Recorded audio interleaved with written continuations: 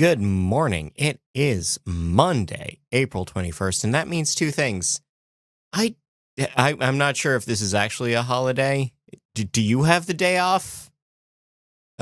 Anyway, this is also time for the lighting industry news brief brought to you by Keystone Tech and the direct drive emergency tube. This is a Type B T8 tube that is fully compliant with UL 924's rules for emergency lighting. It's quick, it's convenient, it incorporates the battery right into the device, and it still comes with 5 CCTs on a switch. That's Light Made Easy, KeystoneTech.com, or the link in the description. Moving into the news, Fusion Optics has bought 3 brands. No details on price or personnel changes, but LED Dynamics, Prolum, and LED Supply have been bought. The U.S. Department of Energy has finalized GSL, that's General Service Lamp Testing Procedures, with the new power and energy measurement methods going into effect in July.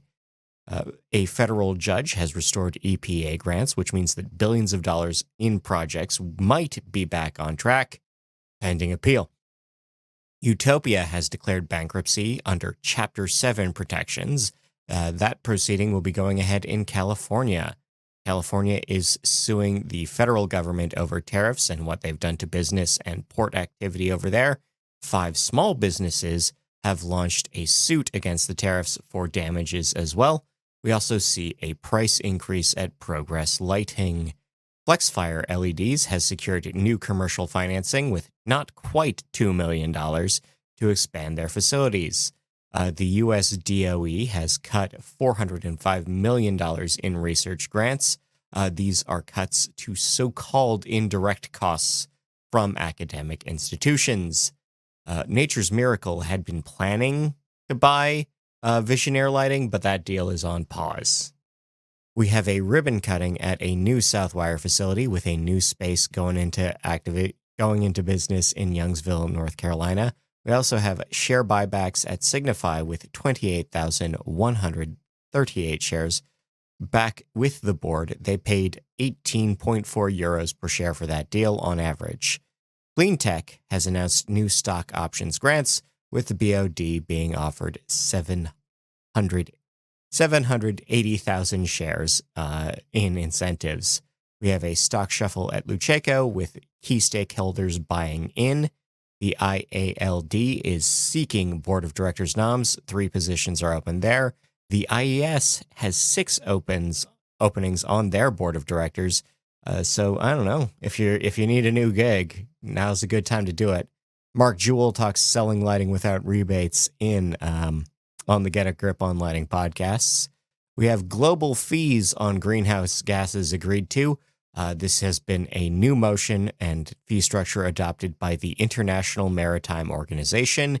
They manage a lot of ships, but they also don't include any U.S. reps. ABB has opened up a new space in ABQ, New Mexico, with cables and conduits rolling off the lines at a new facility. Landscapes Forms has debuted a new sustainability roadmap. This is part of a 25-year plan for environmental sustainability. Knuckles has set their education grants for the next year with 80,000 split across 3 grants. You can apply for that if you're planning on, pursuing education in lighting design. Schneider has published their 50,000th environmental product declaration. That might be a record. The NAED has announced new Achievement Award winners with 9 recipients in 7 categories. Carolina Handling has donated $5,000 to the Habitat for Humanity. This cash will go to home construction in Greenville. DMF has been named Vendor of the Year by ProSource. All industrial electric supply and consolidated parts will be merging. They will now work as Apex Power Electrical Supply and Solutions. We have judges named for the Lighting Showroom of the Year Awards. This is a 3-person panel named by the Dallas Market Center. Omni Cable has merged their Georgia facilities into a single new facility. This is 285,000 square feet in Beaufort. They'll be covering the territories that used to be covered by their Sewanee and Norcross spaces. In rep agency updates, Indiana Lightworks will be repping Genlight in Indiana. Prolux will be repping Magic Light. Sting Sales will be repping Omnicable, and Lightspec has bought Gormley. ASHRAE is calling for abstracts. Their winter 2026 event needs your submissions by May 28th, and you can now buy your tickets for the Lumen Gala. That party is on June 18th in NYC. In IoT news, US Ignite and Signify are testing Wi-Fi repeaters inside street lighting. This is a new pilot project that is still seeking partner communities. Lighthead has halted its controlled business. The Siemens-owned company will work to honor warranties and contracts, but yeah, no new business from Lighthead. NEMA has published a report on Control User Interface, which is a 15-page set of recommendations for end-user controls options. Adrian Jones was on the Lighting Controls podcast. TMU in Toronto has opened a new Smart Campus integration testing facility. That's on Dundas Street, if you ever wanted to walk by there. Dolly Lighting Awards winners have been named with 16 prizes presented, and Z-Wave has issued a new statement saying that they have new plans for interoperability going forward. In research and development, we have super solid light, like on Star Trek. CNR Nanotech and Upavia have created a photonic matter in their labs. Dark roadways remain deadly no matter the time, which is to say that daylight saving may not be a factor in traffic fatalities, as many people have said, including me. I've said that. More data will change my mind for sure. A nanoscale heterophase Foster structure produces better lighting. This is a new diode and phosphor structure that more closely mimics daylight. It balances spectra.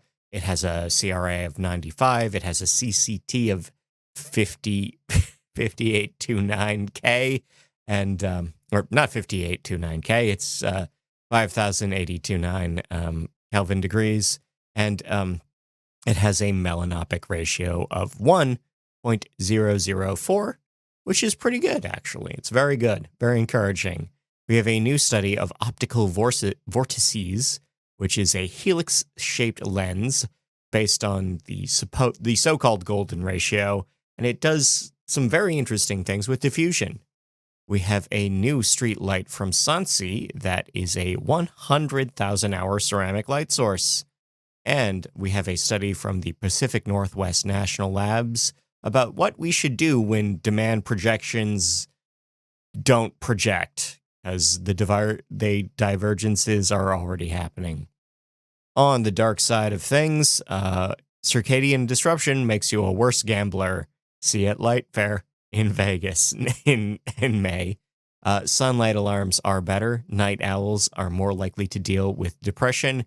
Starlink is, in fact, leaking electromagnetic signals, not necessary for communication. Germany has launched a Starlink competitor. Sea turtle populations are bouncing back. Ulam Moab, a campground, has received the Dark Sky Approved Lodging Site certification. We have a Lights Out for the Birds program in Toronto, Ontario, another one in Frisco, Colorado. This week is Dark Sky Week, which means that a lot of places are observing it. Of note, or the ones I got press releases from last week, are Nevada City, California, New Mexico, Michigan, Carpinteria, California, Fountain Hills, Arizona, and Duluth, Minnesota. Probably more, but those are the ones I'm going to bring up. Flagstaff, Arizona residents are pushing back on a proposed LDS temple due to light pollution. In Oak Creek, Wisconsin, residents are pushing back on a proposed Buc-ee's. This would be a 120 pump gas station, also probably pretty bright at night. And in Malaysia, a mall parking lot is flooding lighting into the whole neighborhood, and nobody likes it. In the horticultural side of things, Nature's Miracle has secured $2 million in capital funding. Edible Garden has partnered with Burkott's Superfoods for distribution of tiny salad greens. In recommended reading, these links are on nailed.org. other things are on nailed.org. I recommend you just go to that site for anything you need. We have a global review of all rare earths resources that we know. We have augmented reality to help sell your lighting design. We have contractors dealing with uncertainty, what work from home does to your energy bills, an IoT golf course project, a question of how long smart bulbs really do last. We have the launch of extreme long-range Bluetooth and what you can actually do with that. We have current opportunities. We have how small and medium enterprises in America actually just can't make stuff. They can't do it. Whole system's rigged against us, guys. Offshore wind is fine in general. Like the things people complain about or worry about, not a thing. We have tearing down a UVC water sterilizing bottle. We have a case study of the library at Simpson College and a case study that revamps the 1972 Olympic pool. In local news, we have $2.5 million in projects in Alabama. California dairies are getting funds for energy projects. The U.S. Department of Transportation will be spending $117 million in projects in Chicago. We have new grants for small businesses in Wisconsin. Copper thieves hit the DMV, the Department of Motor Vehicles in Oakland. The Kennedy Center for the Arts has picked permanent red, white, and blue uplighting for their building. In Richmond Hill, Ontario, we have some on-the-ground reporting. Michael Colligan himself has spotted some purple streetlights. There we go. We have new streetlights going up in Norfolk, Virginia. We have a Brockton, Massachusetts, renovating 2 historic buildings. Ann Arbor, Michigan is building its own grid. South Bend, Indiana is offering discount lights for rural homes. And we have a new lighting at Coaldale, Alberta Library, and we have new grants for parks in Montgomery County. Internationally, Colliers will be serving as a survey provider for the well building standard across the EU. Signify is adding lights to 300 villages in northern India. We have a solar floodlight network expanding in Kenya in the Kiambu County region. In People News, Hillary Giggs has been named to the ASHB Board of Directors. Julie Pierce has been promoted to Senior VP at Henderson Engineers. Kevin Smith of Brilliance LED has been granted an AOLP Industry Achievement Award. That's for outdoor lighting. Sally Washlow has been named a CEO at Orion. Dennis Wells is now the CEO at US Pole. Ian Rand has been hired as the VP of Canada Business Unit at Southwire. Mike Olsman has been named the Regional Sales Manager at Orbit Industries. We have a CFO transition plan at Littelfuse. You can learn some weird stuff. The part that I like is that we have new lighting going up at Space Mountain in California. We have reverse engineering a Govey Smart Light. We have don't build this X-ray machine. You could, but don't. Or you could build a spectrometer. Again, I've been Scott Wachter. I want to thank you for your time, your attention. Enjoy your week. Enjoy the music. See ya. There's a house in New Orleans they call the Rising Sun, and it's been the ruin of many a poor boy and me. Oh God, I'm one.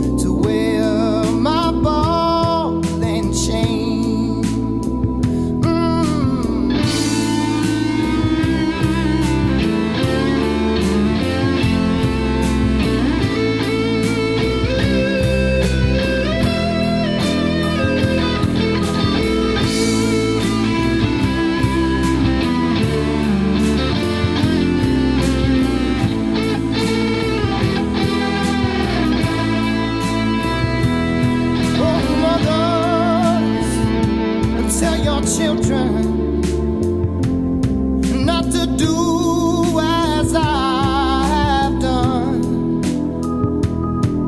Why spend your life in sin and misery in the house of the rising sun?